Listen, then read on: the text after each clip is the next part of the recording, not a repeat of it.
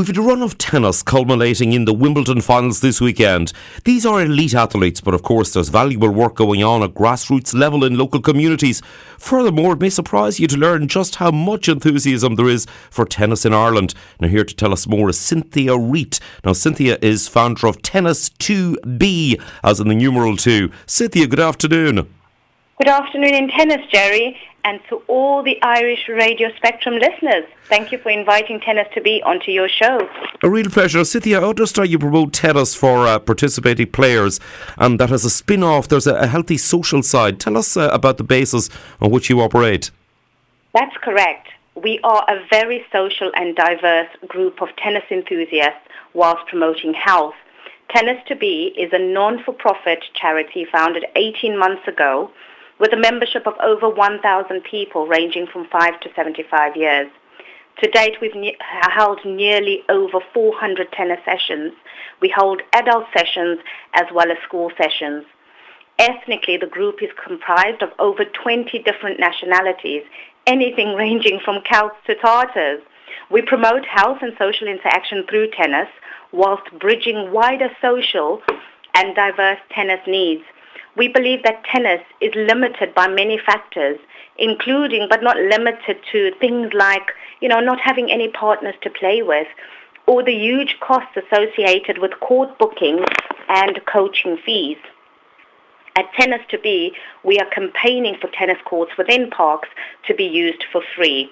And all of this will be linked to our website, www.tennis2bee.weebly.com. And again, that website is www.tennis, with the numeral 2, as you already explained, and B as in the honeybee, BEE.weebly.com. Please do keep checking that.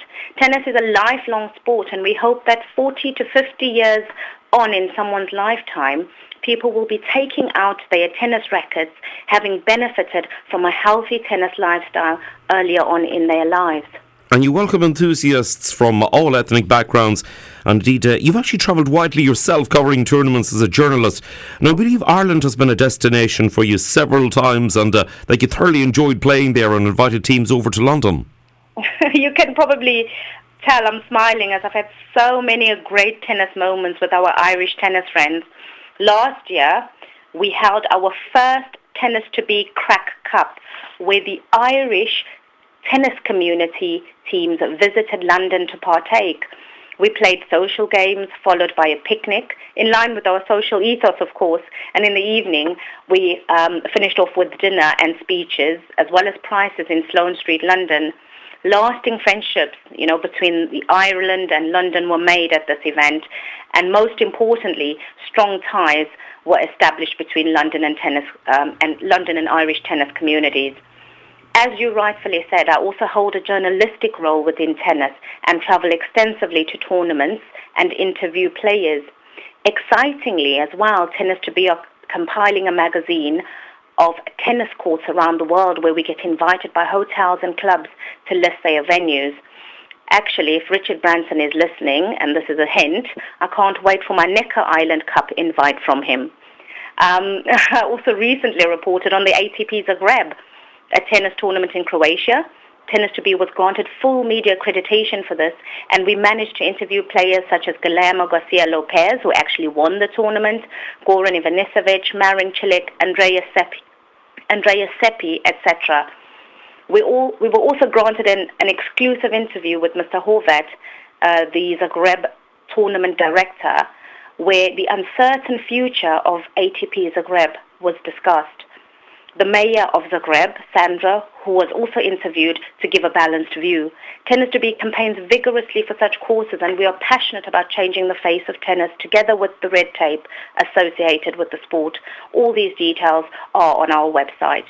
Now, Tennis2Bee has been in existence for 18 months, and indeed you've enjoyed rapid growth. Now, I'm aware that you ran the successful first Tennis2Bee Craic, as in C-R-A-I-C, Cup last summer, where you had 200 members in your group, but that the membership has swelled to over 1,000.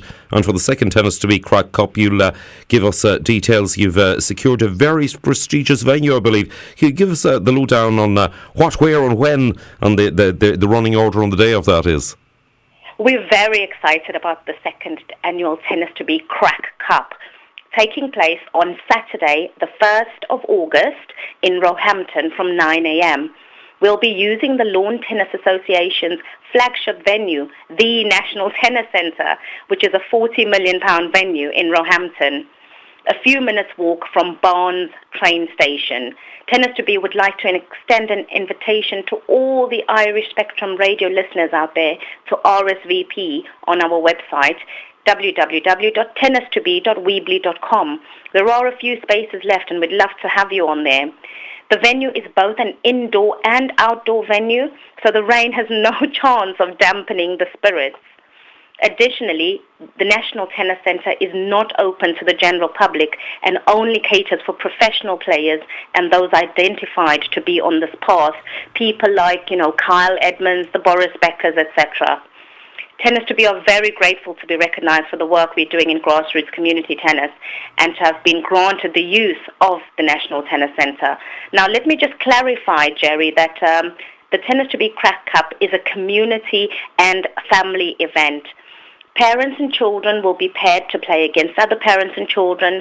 The tennis bees will be out in full force on the day. And if you want to attend just to spectate or, socialise over a picnic, you're also very welcome to attend. Everyone will be allocated playing partners according to their levels, and it will be followed by a bring and share picnic. So people will be bringing their own picnics and we'll be sharing that. There'll be loads of prizes and loads of crack, of course. We've got to be true to our name. And most importantly, a diverse, inclusive and positive community spirit. That's clearly a highlight in your calendar. Sounds excellent. But of course, central to your aims is attracting new sponsors, patrons and members. Who's actually currently involved? Indeed it is. As a not-for-profit and as yet non-funded organisation, the challenges associated with the correct levels of manpower, whether it be attracting new sponsors, patrons, members or volunteers, is enormous and often overwhelming, to be honest. As the founder of Tennis2Bee, I'm truly humbled by the selfless amounts of time given voluntarily in support of our cause thus far. We are currently patroned by Damien Francis, an ex-professional football player who played for Wigan and Wimbledon. Damien himself is a keen tennis player and fully supports our ethos of inclusivity and diversity within sports and tennis. Many Irish companies are also on board with sponsorship for the current Tennis2Bee Craic Cup. I know this is going to grow exponentially in future years, with sponsors already coming on board for the 2016 Tennis2Bee Craic Cup. I'd like to mention in particular just one or two people, such as Laura Furlong of Exceed Limited, a career coaching agency, Ola Barnes of OB Business Solutions, and most importantly, Willie Moon of Willie Leaks, a social connector of all things Irish with an extensive mailing list of all the Irish shenanigans happening in London. Indeed.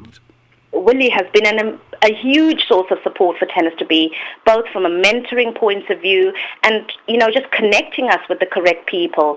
A man, in his own words, who just spreads the love. Willie also runs quarterly dinners at a private members venue, and I urge anyone listening to attend. Right, now, how often do you get together and do you rank players and match them according to their ability in general? Yes, you've highlighted a very important feature of Tennis2Bee. We meet people at their specific level of tennis needs. We want people to feel at home with us no matter what level they're at in tennis. And we have devised some endearing names for the levels. For example, we have hot dog or wild card levels. This breaks the ice really nicely with someone who may be apprehensive or feeling unconfident about joining a group or even their level of tennis. In fact, by the time they attend their first session, they already feel an integral part of the team. And we have lots of references on the website which can be looked at Tennis2Bee website. Now, Tennis2Bee, I must say you've got to be congratulated for providing affordable, fun amenities for people of all ages and abilities to play tennis and socialise, indeed in an age when it's easy to get addicted to a games console or a diet of downloaded movies. Your initiative provides a stimulating alternative The website once again is tennis2, as in the numeral 2B, .weebly.com, where people can sign up to attend the Tennis2Bee Craic Cup on the 1st of August. Now, a small donation is requested but not mandatory. Cynthia, thank you very much indeed for talking to me about tennis at a time of year where many people feel tempted to dust off an old racket that's in the attic. Now, going along to the Craic Cup will further inspire them, no doubt. Cynthia, thank you. Thank you very much, Jerry, and I look forward to welcoming the local Irish communities and some of the Irish Spectrum radio listeners to the Tennis2Bee Craic Cup happening on Saturday, the 1st of August at the National Tennis Centre.